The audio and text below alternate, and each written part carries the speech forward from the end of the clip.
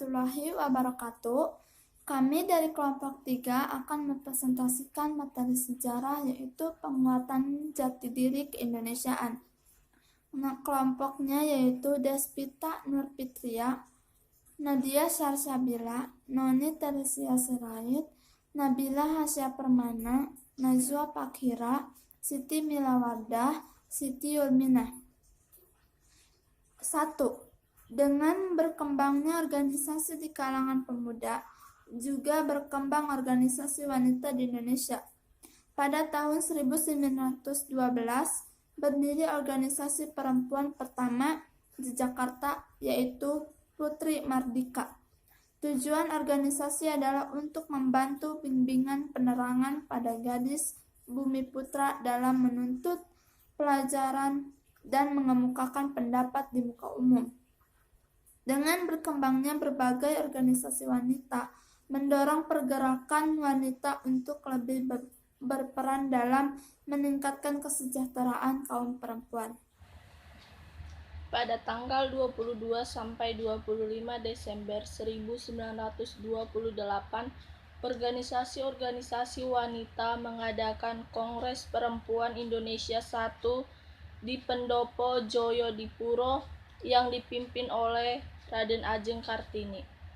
Tujuan kongres adalah menjalin persatuan di antara perkumpulan wanita dan memajukan wanita.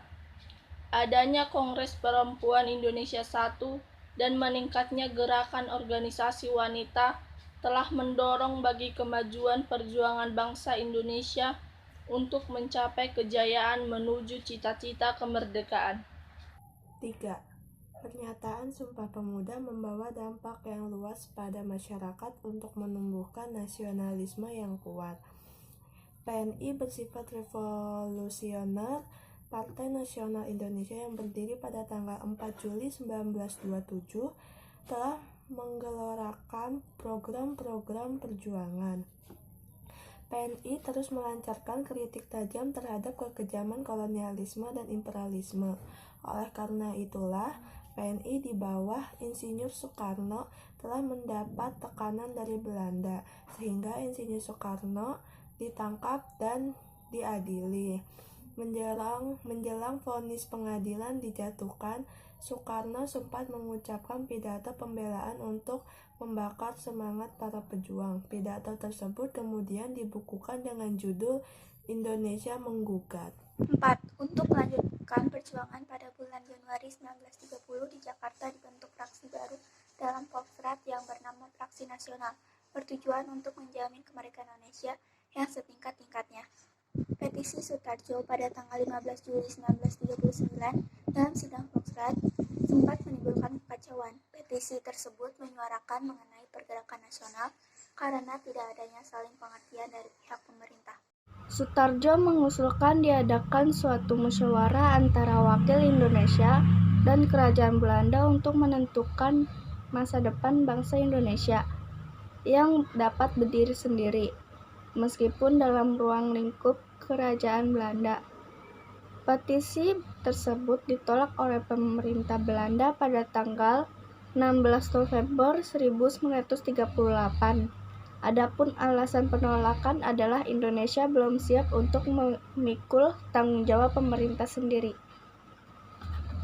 6. Pada bulan Desember 1953, di Solo diadakan Kongres menghasilkan penggabungan Budi Utomo dengan Persatuan Bangsa Indonesia dan melahirkan Partai Indonesia Raya. Tujuan Parindra adalah mencapai Indonesia Raya dan mulia.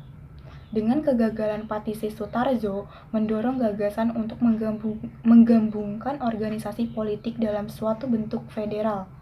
Apapun alasan dibentuk GAVI adalah adanya situasi internasional akibat meningkatnya pengaruh fasisme, juga sikap pemerintah kolonial yang kurang memperhatikan kepentingan bangsa Indonesia. 7. Menjelang masa pemerintahan kolonial berakhir, berbagai bentuk pergerakan nasional dapat dikontrol oleh pemerintah kolonial.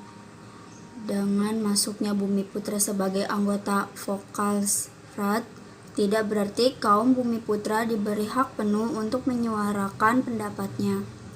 Pada tahun 1930-an, pikiran-pikiran asosiasi melahirkan kembali seperti yang disebut STW. Hal tersebut ternyata tidak juga memperbaiki kemerosotan rencana-rencana pemerintah kolonial sampai akhirnya Jepang datang.